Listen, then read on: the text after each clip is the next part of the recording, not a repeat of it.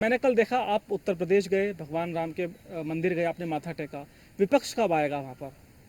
या राम को उन्होंने नकार दिया, बिना राम को नकार कर क्या देश में सर्वाइव कर पाएंगे वो लोग? जब चद्दर चढ़ाने से फुर्सत मिल जाएगी तो चरणों में आ जाएंगे प्रभु राम के। चुनावों के टाइम पर ये लोग मंदिरों में आना शुरू करते हैं, लेकिन साथ ही साथ तुष्टीकरण की पूरी राजनीति करते हैं। अभी तक तो उनको निमंत्रण जो मिले थे ये उसको भी नकारते रहे। झूठे आरोप, देखिए इससे बड़ा झूठा आरोप क्या लगाएंगे।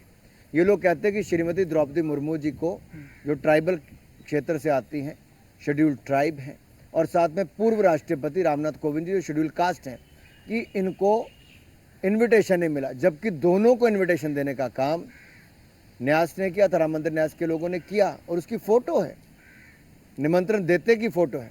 कल राष्ट्रपति जी गई, राम मंदिर जाकर आई हैं, दर्शन किए हैं। तो कांग्रेस और विपक्ष का ये प्रोपेगेंडा और झूठ, देश की जनता को इससे जागरूक रहना पड़ेगा। इसलिए कहता हूँ कि ये लगातार झूठ बोल रहे हैं।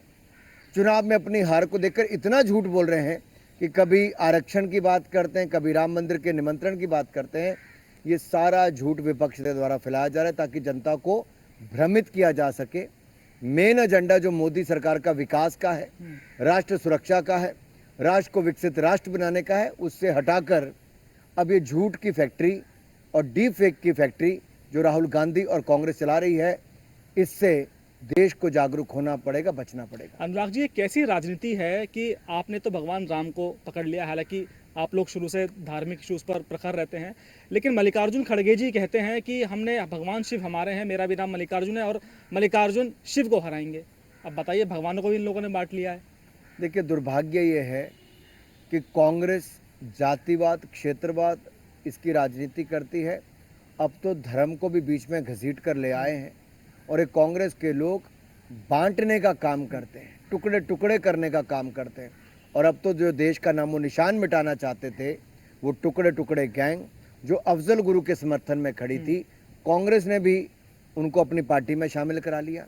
जो देश की संसद पर हमला करता था, उसके लिए 2:30 बजे रात के कोर्ट खुलवा दिए। इससे पता चलता है कि उसको फांसी रुकवाना चाहते थे।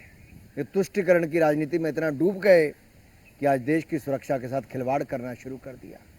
अनुराग जी, शिमला आप जाते हैं, हिमाचल जाते हैं, वहाँ तो ठंड लगती है, लेकिन उत्तर प्रदेश में जाकर मई जून में अगर आपको ठंड लगेगी तो ये क्या है, कैसा एहसास है कि? नहीं, उत्तर प्रदेश में तो ठंडा माहौल दूसरा भी है। ठंड हो गई है गुंडा राज की, ठंड हो गई है माफिया राज की, ठंड हो गई है वसूली वालों की, ठंडे हो गए भ्रष्टाचारी, ठंडे होंगे गैंग वॉर करने वाले। और ठंडा कर दिया है योगी की सरकार ने उन लोगों को जिन्होंने लोगों को जीना दुश्वार कर दिया था, क्या राहुल और प्रियंका भी ठंडे हो गए इस वजह से? रायबरेली अमेठी जाने से डर रहे हैं? देखिए, कोई भी आए रायबरेली अमेठी, उनको हारना ही पड़ेगा। आएंगे राहुल गांधी जी, कुल मिलाकर उनको अमेठी आना पड़ेगा चुनाव लड़ने के लिए, और आएंगे तो जनता उनको हराएगी भी, क्योंकि उन्होंने कहा था उत्तर भारतीयों को समझ नहीं है। ना जाने क्या क्या बोल दिया उन्होंने। केवल वायनाड की सीट लड़ने के लिए, चुनाव में थोड़ी पकड़ बनाने के लिए उत्तर भारतीयों को कम बुद्धि वाला बता दोगे, उत्तर भारतीयों पर प्रश्न चिन्ह खड़ा कर दोगे। और अब मैं उनसे पूछना चाहता हूँ, आओगे तो सही उत्तर प्रदेश, लेकिन 5 साल कहाँ थे? क्यों नहीं याद आई उत्तर प्रदेश की?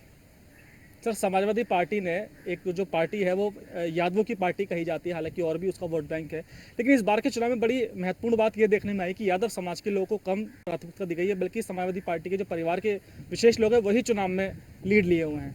देखिए, बहुत सारे उदाहरण आपको देखने को मिलेंगे। आलम खां साहब एक इंस्पेक्टर थे, चौकी इंचार्ज थे। जब उन्होंने कार्रवाई की उन गुंडों के ऊपर जिन्होंने जमीन पे कब्जा किया था और बंद किया, हिरासत में लिया, तो शिवपाल यादव जी खुद चौकी पहुंच गए, गुंडागर्दी की, उनको छुड़ा कर ले गए। और उस चौकी इंचार्ज को, जो एक मुस्लिम समुदाय से आता था, उसको सम्मानित करने की बजाय कि उन्होंने गुंडों के खिलाफ कार्रवाई की, उनको माफ़ी मांगनी पड़ी, उनका ट्रांसफ़र कर दिया गया, 300 पुलिसकर्मी और निकाल दिए गए। अब ज़मीन किसकी कब्जा की थी? वो भी यादव की ज़मीन कब्जा की थी। किसने की? वो भी इनके शिवपाल यादव जी के गुंडों ने की। संरक्षण किसने दिया? मुलायम सिंह यादव जी, अखिलेश यादव जी ने दिया।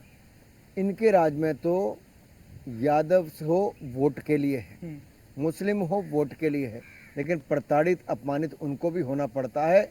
इनके लिए तो केवल ये वोट बैंक के लिए है, इनको दिया कभी इन्होंने कुछ नहीं।